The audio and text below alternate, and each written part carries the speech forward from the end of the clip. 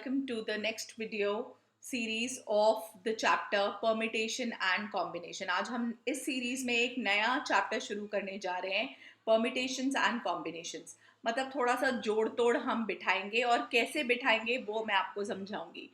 इस चैप्टर में सबसे ज़्यादा कंफ्यूजन जो है वो इस चीज़ का होता है कि बच्चों को ये नहीं समझ में आता कि कब परमिटेशंस लगनी है और कब कॉम्बिनेशन लगनी है. तो एक तो हम इस कंफ्यूजन पे वर्क करेंगे कि कब आप क्वेश्चन पढ़ के आपको कैसे पता चलेगा कि आपको परमिटेशंस लगानी है या कॉम्बिनेशन लगानी है.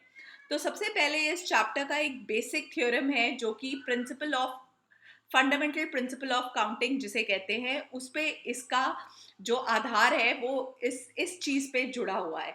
इस चीज पे ये पूरा चैप्टर बना हुआ है. लेट्स सी कैसे. एक एग्जाम्पल लेते हैं जो एनसीईआरटी में ही डिफाइंड है कि मोहन के पास 3 पैंट और 2 शर्ट्स हैं.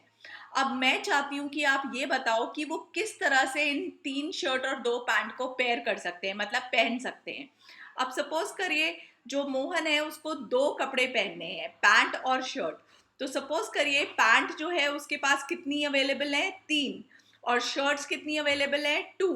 ठीक है, तो 3 और शर्ट भी है और पैंट भी है, दोनों ही पहनने ही है, मतलब दोनों की जरूरत है हमें. एंड वर्ड यूज हो रहा है, shirt and pant. So 3 into 2 यानी कि हमारा आंसर कितना आया, 6. तो यानी कि 6 पेयर्स बन सकते हैं अलग अलग पैंट एंड शर्ट के, अगर वो इन इन 3 पैंट और 2 शर्ट के साथ चूज करना चाहें अपने डिफरेंट डिफरेंट कपड़े. अब आप हम आगे चलते हैं. जैसे इन्होंने बहुत सारे एग्जाम्पल दिए हुए हैं कि एक स्कूल बैग है, ठीक है, उसको हमें it has to be chosen in 2 different ways. तो एक स्कूल बैग को 2 वे में चूज करना है. After a school bag is chosen, a tiffin box can be chosen in 3 different ways.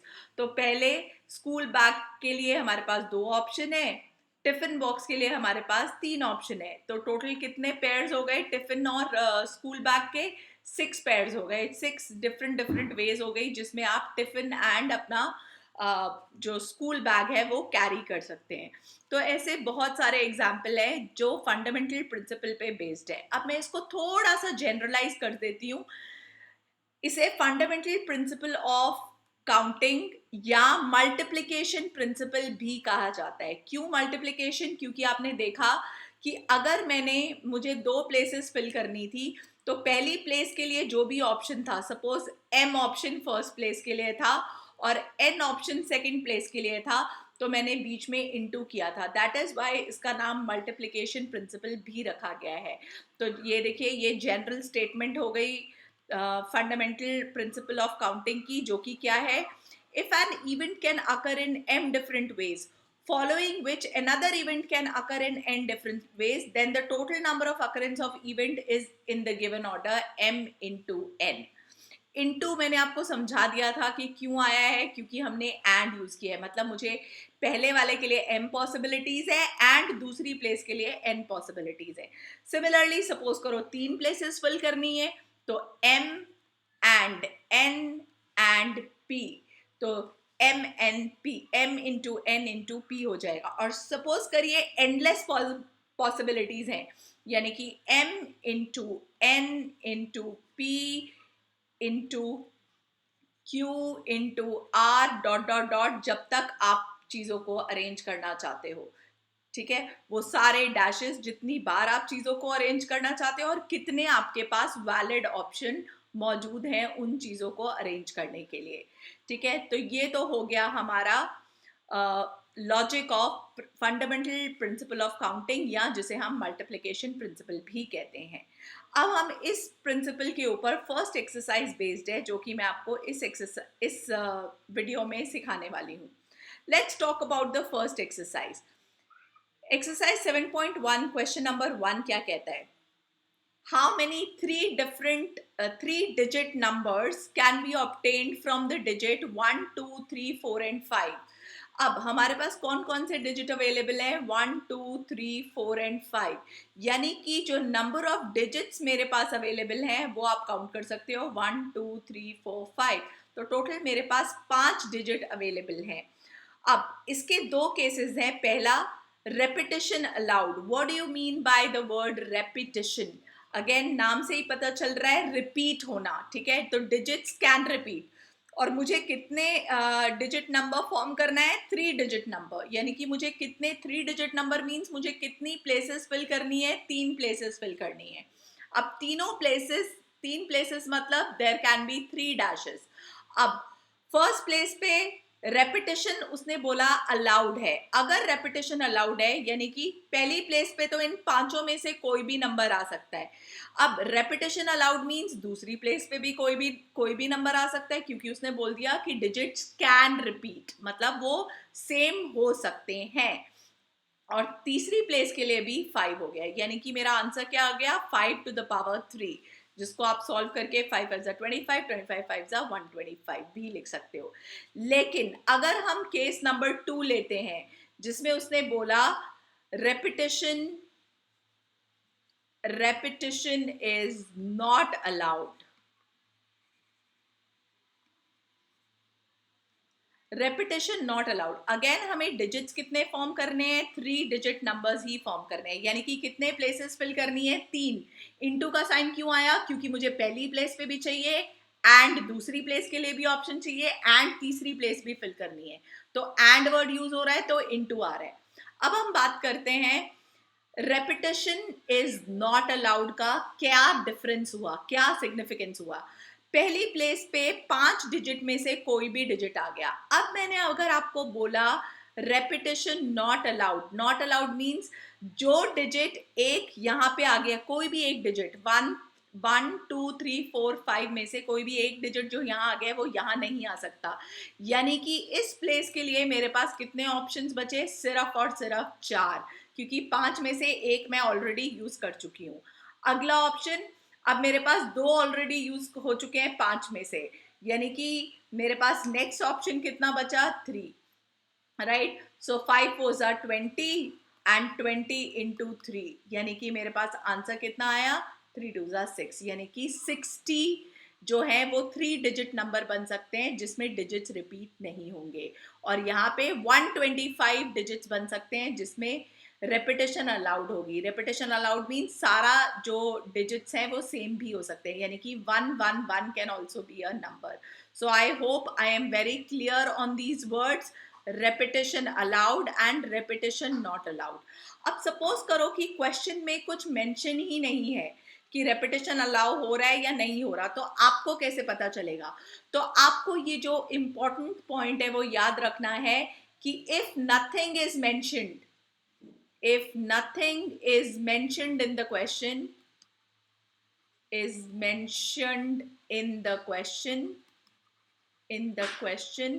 then it is what? Then it is repetition not allowed. मतलब जब तक question में अगर लिखा नहीं है कुछ भी, तो आप क्या केस मान के चलोगे कि वो रेपिटेशन नॉट अलाउड का केस है. अगर रेपिटेशन अलाउड है तो वो हमेशा क्वेश्चन में मेंशन होगा. तो by default we will assume कि अगर क्वेश्चन में कुछ नहीं लिखा है तो वो रेपिटेशन नॉट अलाउड है. Let's talk about question number 2. How many 3 digit, again मुझे 3 डिजिट नंबर्स चाहिए. 3 डिजिट मतलब कितने डैशेस आएंगे? अगेन आपको पता है 3 प्लेसेस मुझे फिल करनी है. लेकिन इसमें मैजिक वर्ड क्या हो गया, मतलब क्या चेंज हो गया? 3 digit even numbers. I want even numbers. Now what do you mean by even numbers? Even numbers क्या होते हैं? ऐसे नंबर जिसका लास्ट डिजिट जो होता है शुड बी डिविजिबल बाय 2. आपको ये आना चाहिए. Even number means last place जो है वो 2 से डिविजिबल होगी तो पूरा का पूरा नंबर 2 से डिविजिबल होगा. तो हमें ये चीज ध्यान रखनी है. अब हम बात करते हैं कि क्या डिजिट्स हमें गिवन है. उन्होंने हमें दे दिया 1 2 3 4 5 6, तो टोटल नंबर ऑफ डिजिट्स कितने हैं? 6. और उन्होंने क्वेश्चन में क्या लिखा है? Digits can repeat. तो यानी कि रेपिटेशन अलाउड है. पहले बात करते हैं इवन, क्योंकि कंडीशन दे दिया है इवन नंबर का बच्चों, तो लास्ट प्लेस पे क्या क्या आ सकता है? 2 आ सकता है, 4 आ सकता है एंड 6 आ सकता है। तो लास्ट प्लेस के लिए सिर्फ और सिर्फ कितनी पॉसिबिलिटीज है? 3 पॉसिबिलिटीज है। अब बात करते हैं अगली प्लेस के लिए, यानी कि सेकंड प्लेस के लिए। सेकंड प्लेस में तो कोई भी आ सकता है और उन्होंने बोला रेपिटेशन अलाउड है, यानी कि 6 के 6 नंबर्स में से कोई भी नंबर आ सकता है।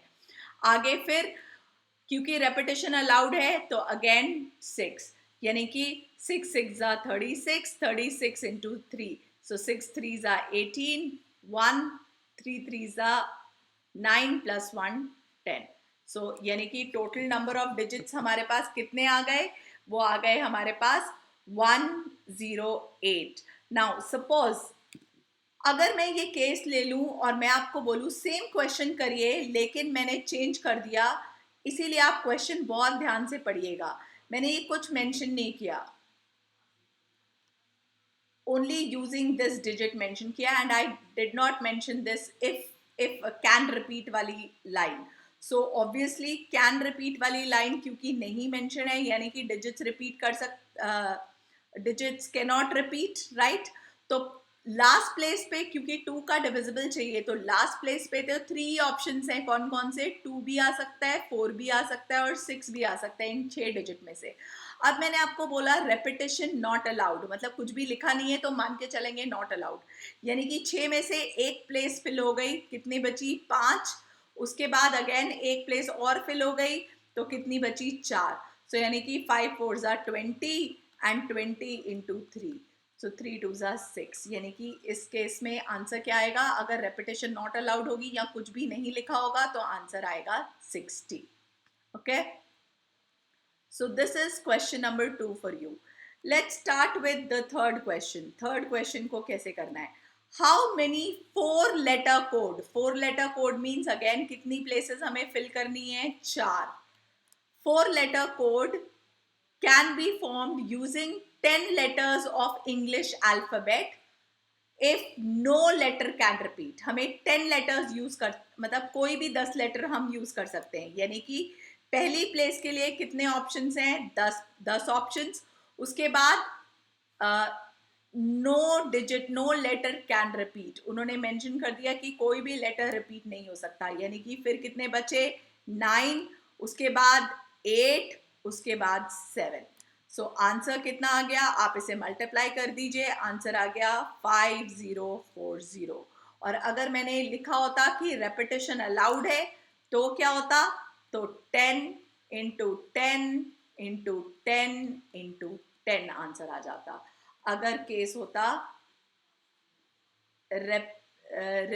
रेपिटेशन इज अलाउड, मतलब लेटर्स कैन रिपीट। तो ये कौन सा केस है? Can not repeat, can't repeat.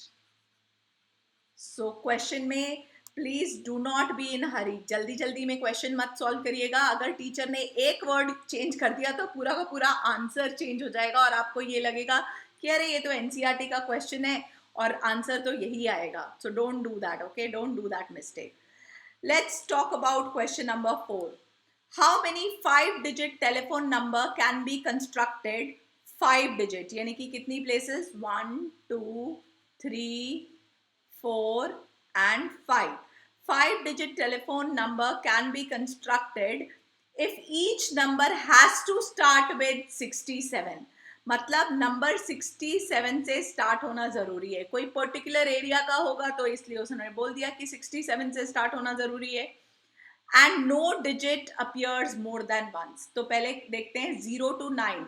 0 to 9 मतलब कि जो हमारे पास नंबर ऑफ डिजिट्स अवेलेबल हैं वो कितने हैं? 10। अब चेक करिए, उसने कंडीशन दे दिया कि नंबर 67 से स्टार्ट होगा, यानी कि पहली प्लेस के लिए तो नंबर फिक्स्ड हो गया 6, एक ही नंबर आ सकता है। दूसरी प्लेस के लिए भी नंबर फिक्स्ड हो गया 7, एक ही ऑप्शन आ सकता है। अब 10 में से 2 ऑप्शन यूज हो चुके हैं और उसने बोला है no repeat, no digit can appear more than once, right? तो इसका मतलब भी वही हुआ, मोर देन वंस, यानी कि डिजिट्स कांट रिपीट। तो 10 में से 2 ऑलरेडी यूज हो गए, राइट? तो 10 - 2 कितना हुआ? कितना बचा?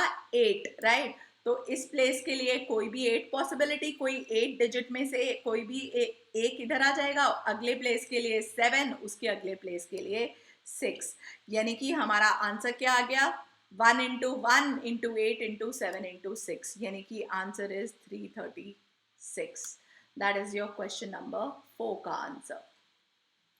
Let's talk about question number 5. A coin is tossed 3 times and the outcomes are recorded. Coin को कितनी बार टॉस किया 3 बार, तो मतलब कितने dashes 3 dashes. And how many possible outcomes are there, तो ये कितना हो गया, पहले कॉइन टॉस किया है तो क्या क्या आ सकता है, पॉसिबिलिटीज क्या होती है, हेड भी आ सकता है टेल भी आ सकता है, यानी कि 2. इस केस में भी दोनों में से कुछ भी आ सकता है, अगेन पॉसिबिलिटी 2, इस केस में भी 2, यानी कि 2 टू द पावर 3. तो आंसर क्या आ गया 2 टू द 4 टू द 8. तो आपको याद है प्रोबेबिलिटी चैप्टर जो आपने क्लास 10th में किया था, उसमें भी हम ये लॉजिक ऑलरेडी यूज करते हुए आते हैं, बस आपको पता नहीं होता कि क्या लॉजिक यूज हो रहा है. तो that logic which we use कि अगर डाइस को 2 बार फेंका है तो कितने सैंपल पॉइंट्स आएंगे, तो पहले डाइस को 1 बार फेंकना मतलब कितने सैंपल पॉइंट 6, कैसे 1 2 3 4 5 6 में से कुछ भी आ सकता है, अगली बार फिर 6, तो 6 6 कितना होता है 36. तो इसीलिए जब डाइस को 2 बार फेंकते हैं तो 36 का सैंपल स्पेस बनता है, सैंपल पॉइंट्स मतलब 36 आते हैं. Right, that is question number 5 for you. आगे चलते हैं.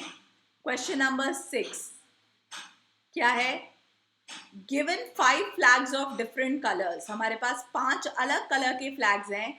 How many different signals can be generated if each signal requires use of 2 flags. एक सिग्नल में सिर्फ और सिर्फ 2 फ्लैग्स यूज होने हैं, वन बिलो द अदर. अब डिफरेंट सिग्नल मतलब अलग अलग, यानी कि पहली प्लेस के लिए हमारे पास कितने कलर्स हैं 5, कोई भी 5 कलर्स में से 5 कलर फ्लैग में से एक यूज यहाँ हो गया, अगले में कितना यूज हुआ, अगले प्लेस के लिए कितने बच गए 4. सो 5 4 यानी कि टोटल कितने सिग्नल्स बन सकते हैं अलग अलग कलर्स के, 20 सिग्नल्स बन सकते हैं. So this is what is principle of counting. अब ये तो मैंने आपको मल्टीप्लिकेशन सिखाया था, राइट. अब अगर आप देखोगे ना बेटा, तो एग्जाम्पल में कभी भी एनसीईआरटी के एग्जाम्पल्स नहीं छोड़ना, उसमें बहुत अच्छे क्वेश्चंस हैं. चेक करिए example number 1. There are numbers of 4 letter with or without meaning which can be formed out of the letter of word rose, ROSE. तो कितने letters हैं 4, where the repetition of the letter is not allowed. Again हमें कितने dashes भरने हैं 4 words, 4 letters को arrange करना है. अब उसने बोला repetition not allowed, यानी कि पहली प्लेस के लिए 4, दूसरी प्लेस के लिए 4 में से एक यूज हो गया, फिर अगली प्लेस के लिए 3 बचा, फिर एक यूज हो गया, फिर 2 बचा, फिर एक यूज हो गया, फिर 1 बचा, यानी कि कितना आ गया आंसर 24. और यहीं पे अगर मैं बोल दूं रेपिटेशन इज अलाउड, तो आंसर कितना आ जाएगा 4 इंटू 4 इंटू 4 इंटू 4, यानी कि 4 की पावर 4. तो आंसर बिल्कुल ही बदल जाएगा अगर मैंने क्वेश्चन का एक वर्ड चेंज कर दिया. अब given example number 2 देखिए, given 4 flags of different color, how many different signal can be generated if a signal requires 2 flags one below the another. मतलब एक सिग्नल में सिर्फ 2 फ्लैग्स चाहिए और हमारे पास टोटल कितने कलर के फ्लैग्स हैं 4, तो पहले में 4 आ गए और अगले प्लेस पे कितने आएंगे 3 आएंगे. सो 4 3 कितना हो गया 12, यानी कि मेरे पास कितने सिग्नल्स बन सकते हैं अलग अलग कलर के 12. अब आगे देखिए example number 3. How many 2 digit मतलब सिर्फ 2 प्लेसेस भरने हैं 2 डिजिट, लेकिन मुझे इवन नंबर चाहिए. सो इवन नंबर का अगेन मैंने बताया था जो लास्ट डिजिट है वो 2 का मल्टीपल होना चाहिए, तो लास्ट डिजिट पे 2 और 4, क्योंकि हमारे पास डिजिट सिर्फ यही अवेलेबल है और इवन नंबर सिर्फ 2 और 4 है. तो लास्ट प्लेस पे कितनी पॉसिबिलिटीज 2 पॉसिबिलिटीज. अब उन्होंने बोला है इफ डिजिट्स कैन रिपीट, तो टोटल 5 डिजिट थे मेरे पास, ठीक है. तो ऊपर फर्स्ट लास्ट प्लेस पे तो कोई 2 ही आ सकते हैं, पहली प्लेस पे कोई भी आ सकता है क्योंकि रेपिटेशन अलाउड है. तो 5 2 कितना हो गया 10. लेकिन अगर मैंने आपको सेम केस दिया और बोल दिया कि रेपिटेशन नॉट अलाउड है, तो पहला तो 2 4 में से कोई एक तो यहाँ आ जाएगा, अगली प्लेस के लिए कितना बचेगा 4. सो 4 2 आंसर कितना आएगा 8 in case repetition is not allowed. All right. Now, example number 4 is a very important question and it is a HOTS question. क्यों HOTS है ये अभी समझ आएगा. Find the number of different signals that can be generated by arranging at least 2 flags. इसमें एक word है at least. At least का हिंदी क्या होता है? मिनिमम, मतलब कम से कम. Minimum 2 flags. अब मिनिमम 2 फ्लैग्स मींस जो सिग्नल है वो 2 फ्लैग्स का भी हो सकता है, या मतलब और जो सिग्नल है वो 3 फ्लैग्स का भी हो सकता है, या मेरे पास टोटल फ्लैग्स कितने हैं? Find the number of signals, different signals that can be generated by arranging at least 2 flags one below the another if we have 5 different flags. Signal 4 flags का भी हो सकता है या सिग्नल 5 फ्लैग्स का भी हो सकता है. तो चेक करिए, अभी तक मैंने आपको जो भी लॉजिक सिखाया था उसमें इनटू का साइन आ रहा था, लेकिन अब आ गया बीच में प्लस का साइन. तो ये था इसमें वेरिएशन, यानी कि higher order thinking skill question, कि जहां पे और आएगा, जहां पे केसेस बनेंगे वहां पे कौन सा साइन आएगा? प्लस. तो आपको मैंने एक हिंट दे दी है, जहां पे आप वर्ड एंड यूज करोगे वहां पे इनटू आएगा, जहां पे और यूज करोगे वहां पे प्लस आएगा. अब देखते हैं ये क्वेश्चन करना कैसे है. 2 फ्लैग्स मतलब कितने डैशेस? 2 डैशेस. 3 फ्लैग्स मतलब कितने डैशेस? प्लस का साइन, 1 2 एंड 3 डैशेस. फिर 4 यानी कि 1 2 3 and 4 and the last case 1 2 3 4 and 5. अब आते हैं पहला.